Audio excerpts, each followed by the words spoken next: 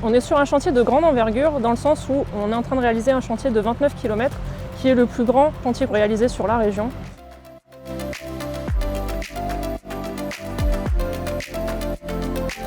Ce chantier a lieu dans un contexte où en fait sur la maille de Saumur, on a une usine de biométhane qui produit donc du gaz. On n'a pas assez de consommation pour tout le gaz qui est produit. Ça nous pousse à créer d'autres chemins de circulation pour amener ce gaz ailleurs, aller jusqu'à le ramener jusqu'au réseau de transport avec un rebours du GRT. C'est un chantier dans lequel nous traversons des zones Natura 2000, des zones avec des espèces invasives, ainsi que des zones boisées. Une zone Natura 2000, c'est une zone définie qui vise à protéger un certain nombre d'espèces qui s'y trouvent, des arbres, des plantes, des oiseaux. C'est des zones dans lesquelles l'activité humaine est très encadrée et très limitée. Travailler dans la zone Natura 2000 nécessite de faire attention à certains aspects. Le premier est la gestion des espèces invasives. On a en particulier une espèce invasive qui se trouve dans l'eau, qui est la grande jussie. Le second point était la gestion de notre environnement. Nous avons une interdiction stricte de rouler sur les accotements afin de ne pas déformer la chaussée, ne pas créer d'ornières dans lesquelles des espèces pourraient pondre et ainsi casser leur rythme de reproduction. Le troisième point était d'un point de vue calendaire. Donc nous avons dû respecter un calendrier précis pour ne pas perturber la reproduction de certaines espèces.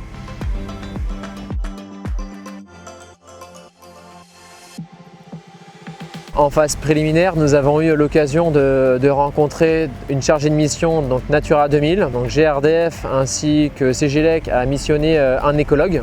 Donc le premier point pour la zone Natura 2000, donc pour éviter au maximum l'impact, c'est forcément réduire la durée d'intervention. Donc pour cela, on a adopté la technique trancheuse, donc une roue centrale qui vient découper la chaussée et qui nous permet d'avoir une cadence assez élevée pour sortir rapidement de cette zone. La technique trancheuse nous permet aussi de rester sur la voirie et ne pas toucher aux accotements.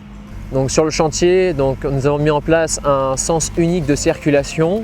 Nous avons décidé de mettre en place des bacs laveurs donc à l'entrée de la Natura 2000 et à la sortie de la Natura 2000 pour éviter de propager les espèces invasives qui auraient été potentiellement mises sur la pelle lors des différents travaux. La chargée de mission Natura 2000 nous a informé d'un point vis-à-vis des arbres. Donc nous devons intervenir suivant un calendrier d'élagage. Nos machines étant assez hautes, donc les pelles et les trancheuses, donc notre élagueur est intervenu en amont pour dégager la zone et ainsi préserver l'environnement.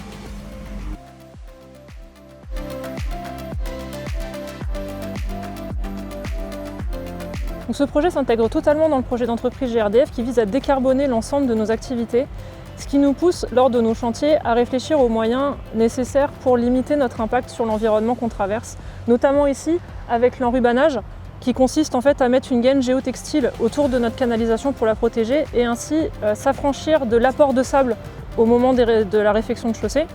Et deuxième élément qui marche dans le sens de la décarbonation, c'est le terrassement en accotement non stabilisé qui nous permet de réutiliser les terres excavées et ainsi donc limiter la circulation des poids lourds, les passages en carrière. Le projet d'entreprise de GRDF vise à réduire l'impact carbone de nos chantiers, mais pas seulement, il vise aussi à la prise en compte du volet environnemental dans lequel on travaille.